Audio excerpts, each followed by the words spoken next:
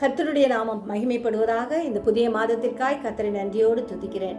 இந்த புதிய மாதத்திற்கான வாக்குத்தத்தம் எரேமியா தீர்க்கதரிசியின் புஸ்தகம் 29வது அதிகாரம் 13வது வசனம். உங்கள் முழு இருதயத்தோடும் என்னை தேடினீர்களானால் என்னை தேடுகையில் கண்டுபிடிப்பீர்கள்.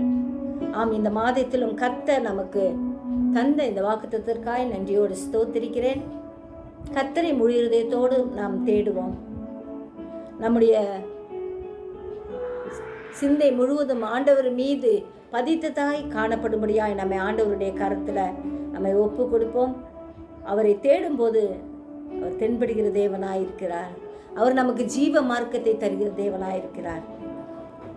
சங்கீதம் 16:11 வாசிக்கிறபடி, ஜீவ மார்க்கத்தை எனக்கு தெரியப்படுத்துவீர். உம்முடைய சமூகத்தில் பரிபூர்ண ஆனந்தமும் உம்முடைய வலது பாரிசத்தில் நித்திய பேரின்பமும் உண்டு என்று வாசிக்கிறோம். எனவே பரிபூர்ண ஆனந்தம் நமக்கு கர்த்தர் தருகிறார்.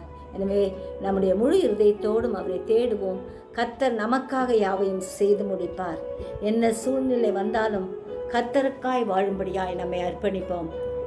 கர்த்தர் நம்முடைய எல்லா சூழ்நிலைகளிலும் அவர் பெரியவராய் இருந்து மகிமைப்படுவாராக. அவருடைய சித்தம் ஒன்றே நிறைவேறட்டும். கர்த்தருடைய நாமம் ஒன்றே நம் மூலமாய் மகிமைப்படும்படியாய், அவருடைய ஜெயக்கொடி பறக்கும்படியாய் ஜெபிப்போம்.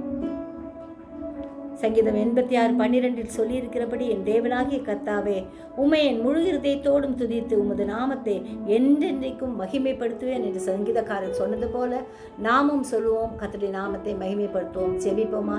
ஜீவிக்கிறதால் நல்ல இயேசுவே, இந்த அருமையான நாளுக்காய் நன்றி செலுத்துகிறோம். இந்த புதிய மாதத்தை தந்திருக்கிறேன், உமக்கு நன்றி.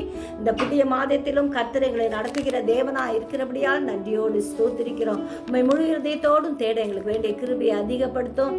நாளுக்கு நாள் உம்மை அறிகிற அறிவில் வளர கிருபை தாரும். நீர் எங்களுக்கு போதுமானவராய் இருக்கிறபடியால் நன்றி.